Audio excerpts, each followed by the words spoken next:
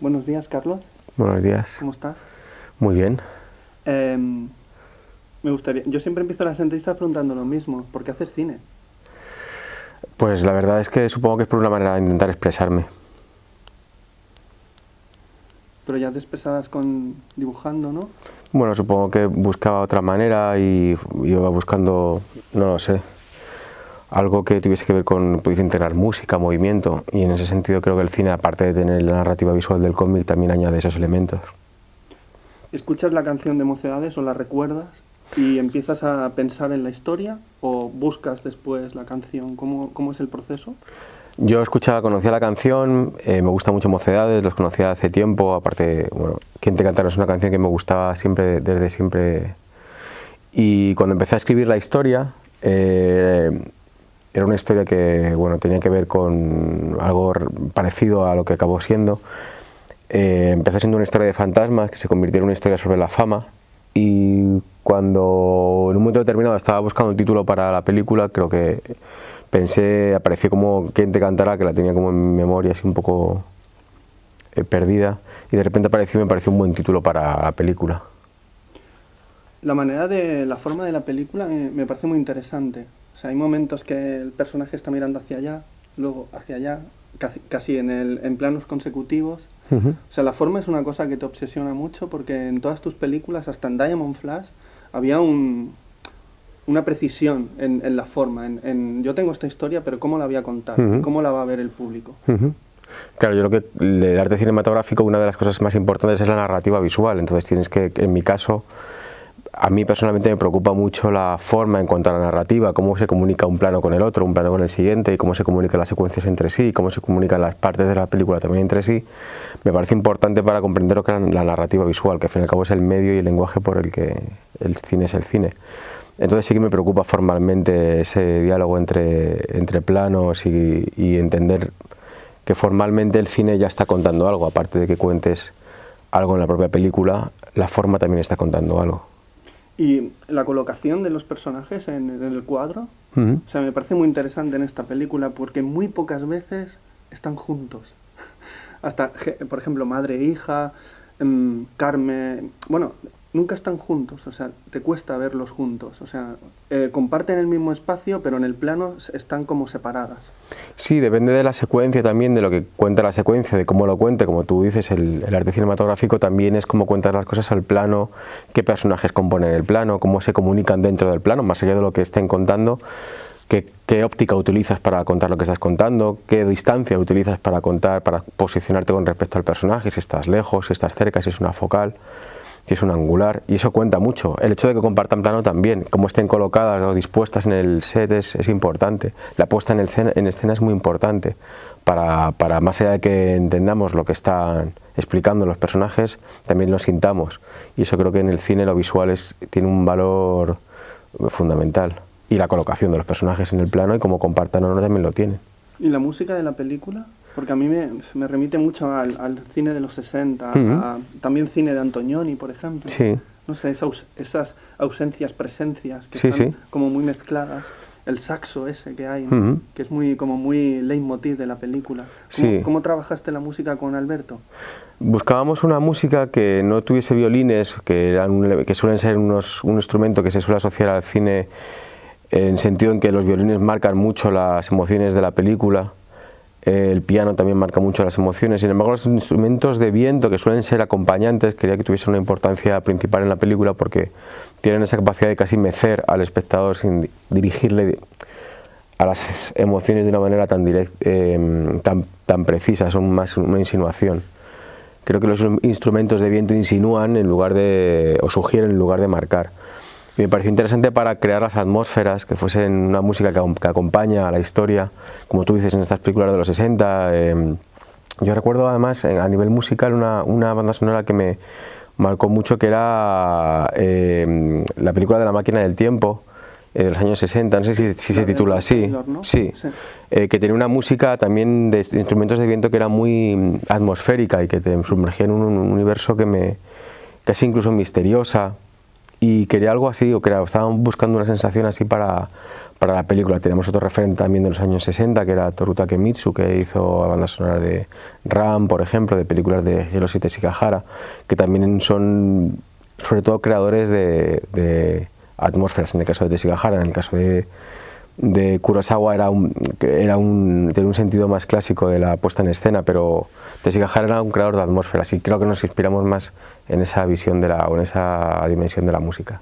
Y definir tu película, ¿cómo sería? Porque en la misma secuencia hay muchos géneros mezclados. O sea, pasa como de algo social, algo personal, algo terrorífico, algo cotidiano, o sea, ¿sabes? Y siempre buscando esa angulación que a veces es como tranquila y otras veces como perturbadora.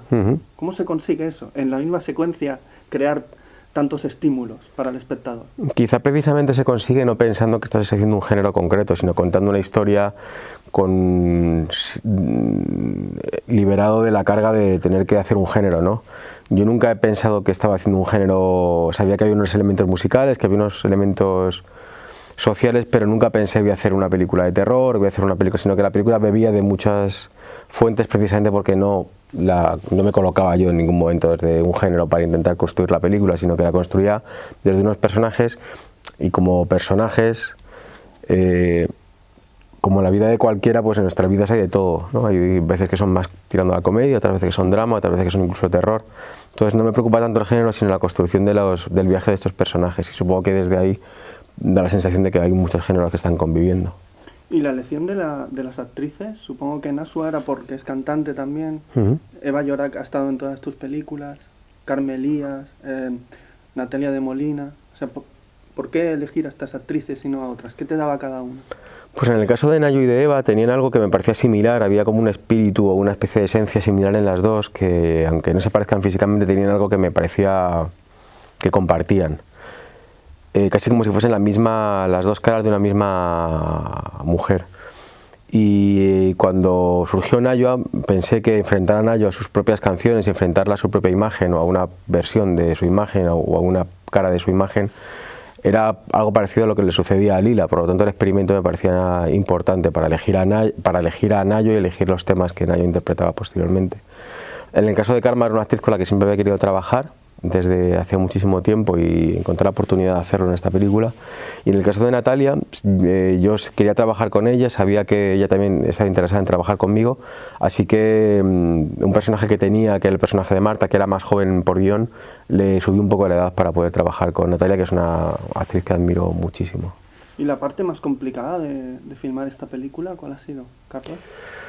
Pues la más complicada siempre lo es el trabajo con los actores, pero básicamente es complicada porque es el trabajo que requiere un elemento emocional más grande, mientras que en otro sentido de la creación hay un elemento emocional importante, pero también hay un elemento técnico que marca mucho el proceso y que va incluso vas generando preguntas, pero tal vez vas contestándolas por cómo lo vas haciendo, está más unido a lo técnico. El trabajo con actores hay un elemento emocional muy grande, cada actor o cada actriz es una persona distinta con la que llegas a donde quieres llegar de maneras muy distintas, y conseguir llegar hasta esos lugares entendiendo a cada una de las actrices y entendiendo cómo trabajan y cómo sienten a los personajes y cómo los construyen y cómo los interpretan, pues me pareció complicado pero muy bonito al mismo tiempo, muy interesante. Porque tu manera de acercarte a construir los personajes, ¿cómo es? O sea, ¿es más emocional o es más, tienes una cuartilla y hay unas normas que hay que seguir para llegar al personaje? Es emocional en cuanto a la sensación que tengo que tener del personaje, de su recorrido y su construcción en lo que es la película, pero siempre a la hora de trabajar yo soy muy racional, muy técnico. Cada escena la construyo de manera independiente, para que luego cuando lo pones todo junto llegues hasta esas emociones. Pero el que es el trabajo diario no puede ser constantemente emocional, no puede ser todo el rato una especie de viaje a la psicología y de psicoanálisis y de profundizar porque tienes que trabajar de una manera muy concreta, porque tienes que construir a veces una cosa un proceso de trabajo. A lo mejor esa escena, cuando la estás haciendo, el actor no entiende el contexto, le cuesta y tienes que llegar hasta lo que tú quieres conseguir y adaptarte al actor, y que intenta que el actor se adapte a lo que tú quieres. Y esa escena por separado, que a lo mejor no tiene mucho sentido, cuando la juntas con todas las escenas ya cobra un sentido, ¿no? Para mí el trabajo es así, hay una componente emocional en las primeras fases de escritura del guión y de planteamiento del recorrido del personaje, pero luego en el día a día soy muy técnico, muy práctico, intento llegar a donde quiero llegar con los medios que tenga a mi disposición para conseguirlo. Ahora me estaba acordando también de Persona de Bergman. No sé si la tenías, porque esa casa, esa playa parece como una isla, ¿no? O sea, Sí. no sé si la tenías presente. Bueno, supongo que hay muchos referentes desde música, cine, literatura. Sí, o sea, Persona de Bergman es una película que evidentemente cuando hablas de mujeres y de la relación de una actriz o de una cantante con alguien que la cuida o que la ayuda, siempre aparece Persona, pero lo cierto es que a nivel cinematográfico y casi de personalidad de la película me sentí mucho más influenciado por otras películas más que por Persona, sobre todo porque era casi, como era el referente tan evidente, Sí. Casi intentas huir de él, ¿no? Sí, te muchas da como veces. miedo, ¿no? Enfrentarte No, a y que es algo muy evidente, ¿no? Es como dos mujeres, una pierde la memoria, tal, Persona. Y claro, precisamente cuando algo es tan en planteamiento, es tan cercano, casi te condiciona incluso también, ¿no? Cuando intentas huir de algo también te sientes condicionado por ello, por esa huida. Pero en este caso, aunque hay similitudes en cuanto al planteamiento de la película, me sentía más cercano a otras películas más que con Persona. Y después de Diamond Flash y sobre todo Magical Girl, que ganó la Concha de Oro, que es un premio increíble, ¿te sentías como, ahora vamos a ver una peli de Carlos Bermúdez y va a ser así? ¿O tú cada película intentas como crear una nueva historia, una nueva atmósfera, o crear algo diferente, o intentas escapar de Carlos Bermúdez, no imitarte? Bueno, al principio, cuando empiezas a escribir, sí estás más condicionado porque el Magical Girl está más cerca, está más presente en el tiempo, pero poco a poco, cuando vas escribiendo, lo que más te importa al final es vuelves al mismo lugar, que es el intentar hacer una película lo mejor posible, en el sentido en que sea la mejor película que puedes hacer en ese momento vital que estés experimentando, que por supuesto puede estar condicionado por un éxito anterior o por una película que ha funcionado relativamente bien, y eso te condiciona, pero bueno, eso forma parte de tu vida y de alguna manera tienes que trabajar con ello también. O sea, que cuando digo trabajar no es integrarlo necesariamente en la película, hay veces que sí, hay veces que no, sino que bueno, forma parte de tu proceso como profesional, está ahí, pero el día a día es mucho más prosaico. Al final te sientas y escribes y intentas hacer la mejor película posible y no te condiciona tanto las expectativas que puedan tener los demás o la imagen que puedan tener de ti, sino que intentas hacer la mejor película posible con lo que has aprendido del anterior, intentar integrarlo e intentar hacerlo lo mejor posible. Porque cuando te pones a escribir o a construir la película, dices, tengo que hablar de esto, o simplemente quiero hablar de estos personajes y les va a ocurrir esto. Hay una idea principal, siempre todo, o en mi caso, todo siempre gira en torno a una idea que me gusta mucho. Puede ser una idea que sea más abstracta, hay veces que son ideas más concretas, que tienen que ver con algo que sucede de manera concreta en la película, hay veces que es una idea general que intento acercarme a ella luego formalmente para poder expresarla, pero que siempre todo suele orbitar en torno a una idea que luego se va extendiendo y que se va convirtiendo en otras cosas. Incluso a veces sucede que esa idea principal se va extendiendo, pero de repente en esa extensión aparece una idea que me interesa más que la principal y acabo transformando o acaba todo orbitando alrededor de esa segunda idea que aparece como origen de la primera. Pero sí, depende, a veces aparece una imagen que has visto, una idea que has tenido, una canción que has escuchado, es una sensación que quieres trasladar a imágenes, viene de muchos lugares, depende, luego, como te digo, puede cambiar, o sea, las ideas vienen de muchos sitios, incluso lo bonito es que se transforman. Y como director, en esta tercera película, ¿te sientes ya como, o sea, has hecho un camino ya que era el que te imaginabas o nunca te imaginaste que te ocurriera todo esto? No me lo imaginé o sea, quizás si me pongo de aquí hace 10 años no me lo imaginaba que pudiese decir que vivía de hacer películas y que había tenido una pequeña filmografía de 3 películas, era un sueño que se ha hecho realidad y es maravilloso, pero ahora lo veo con cierta perspectiva y me parece como que ya lo asimilas, ¿no? Bueno, de acuerdo, esta es mi realidad es que hago películas. Y a veces cuando pierdes un poco la ilusión, lo más bonito es intentar recordar cómo te sentías hace 10 años y pensar que proyectabas en el futuro y que en el mejor de los casos he hecho 3 películas de las que me siento orgulloso, o sea, que son las películas que quería hacer y que supongo y sospecho que y espero que sea así durante mucho tiempo, que las películas que haga sean películas que quiero hacer, sobre temas de los que me apetece hablar.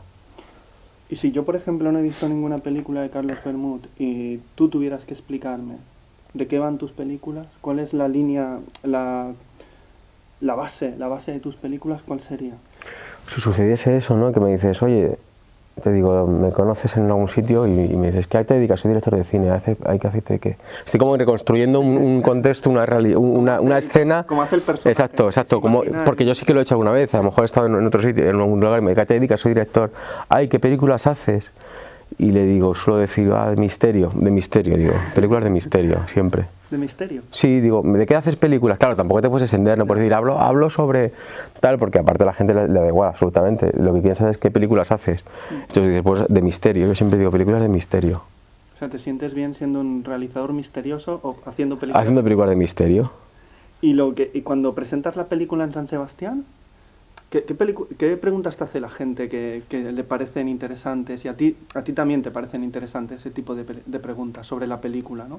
Porque a veces piensas, hostia, esto a mí me parece muy interesante la película y nadie me lo pregunta, ¿no? No sé si eso se ha quedado claro o yo tenía otra idea sobre... No, la verdad es que la película...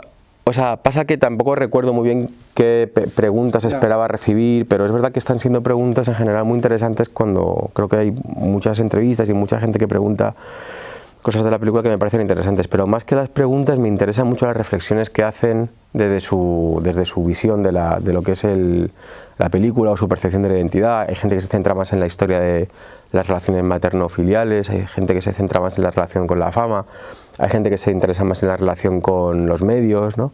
Entonces depende del interés de cada persona, creo que interpretan la película desde un lugar y eso me gusta mucho, comprender la película desde la visión de los demás y luego que te creas una especie de imagen que es bonito, que la película ya es otra cosa cuando los demás la han recibido y ya pertenece a ellos y ya no es tuya, y eso es lo mejor que puede suceder cuando haces cine. Que la imagen de la película, sobre todo suele suceder con el paso del tiempo, que es cuando las películas se asientan y se transforman porque los demás la transforman. Pero es bonito, lo más bonito más que sus preguntas, que también es sus preguntas a raíz de sus interpretaciones, que eso me parece muy interesante siempre. Porque ahora que comentas esto, ¿tú cómo ves ahora Diamond Flash, por ejemplo? Que fue lo que te abrió muchas puertas.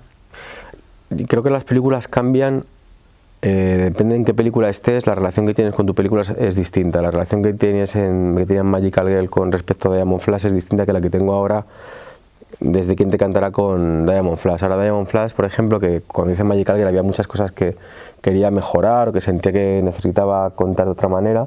Ahora de repente a Diamond Flash la veo con más cariño, veo cosas como mucho más arriesgadas, que a lo mejor de repente me apetece retomar en una cuarta película, ¿no? Entonces el diálogo... Eres menos duro, ¿no? Claro, el diálogo que vas teniendo con tus películas cambia a medida que vas haciendo películas, y de repente pues a lo mejor ahora soy más duro con Magical Girl y menos con Diamond Flash, ¿no? Y de repente la siguiente pues con Quién te cantará lo soy. Pero vas dialogando, las películas dialogan entre sí, y no me gusta el hecho de que compitan entre sí, pero más que el hecho de que dialoguen entre sí dentro de la filmografía de un director. Ángel Fernández Santos, que supongo que sabrás quién es, decía que un autor se reconoce porque todas sus películas son diferentes, pero tienen cosas en común. Yo te veo a ti como un autor, porque todas las películas son diferentes, pero tienen lugares comunes. Y ahora no sabría decirte cuáles son. Es más que forma parte del carácter, la personalidad de la película, de la forma, de cómo actúan los personajes, pero es algo más como, digamos, más espiritual, o sea, no es tanto físico, ¿no? Uh-huh. O sea, esto aparece en cada peli de Carlos, no, o sea, es algo que ves que aparece, pero no sabrías cómo redefinirlo. ¿Tú tienes esa sensación cuando la gente te habla sobre tu cine? Esa palabra que has utilizado es muy interesante, es una sensación. Y creo que hay veces que las sensaciones son más poderosas que las certezas, y que cuando nombramos algo, lo definimos, lo privamos de una dimensión más abstracta, y a veces las cosas abstractas o las cosas que se insinúan son más interesantes que las cosas concretas. Cuando a algo le otorgas un nombre, creo que lo privas de la posibilidad de ser muchísimas cosas porque ya se convierte solo en una, ¿no? Entonces me gusta mucho la palabra sensación. Hay una sensación que a lo mejor no puedes definir, pero que existe. Pues para mí eso ya me parece suficiente, incluso mejor, te diría. Y ahora, para terminar, porque tampoco quiero extenderme mucho, me gustaría que me dijeras qué película o qué autores cambiaron tu manera de ver las películas. Pues uno de ellos, voy a decir un autor porque me gusta casi centrarme en un... Me cambió mucho la manera de ver el cine Shyamalan, el director del El Protegido, en este sentido. Que estuvo en Sitges hace poco. Sí, y no tuve la posibilidad de hablar con él, tampoco quería darle la turra, o sea, muchísimo menos. Pero es una persona que me ha... que a veces siempre suele, a medida que sobre todo a medida que vas mencionando a autores más clásicos, y a mí me gusta mucho reivindicar a autores que siguen vivos y siguen reinventándose. Y Shyamalan es una persona que admiro tanto porque he vivido el éxito, he vivido películas que han sido un auténtico fracaso, ha vuelto ahora de repente con películas que me maravillan, como Split, que me parece un peliculón y que estoy deseando ver Glass. Así que si tuviese que mencionar, en lugar de mencionar muchos, voy a mencionar uno y voy a decir que Shyamalan es uno de los directores que más me han influenciado a la hora de entender el cine y de contar cosas a través de las imágenes, del misterio y de manejar el misterio. Es de los autores que más me han marcado en ese sentido.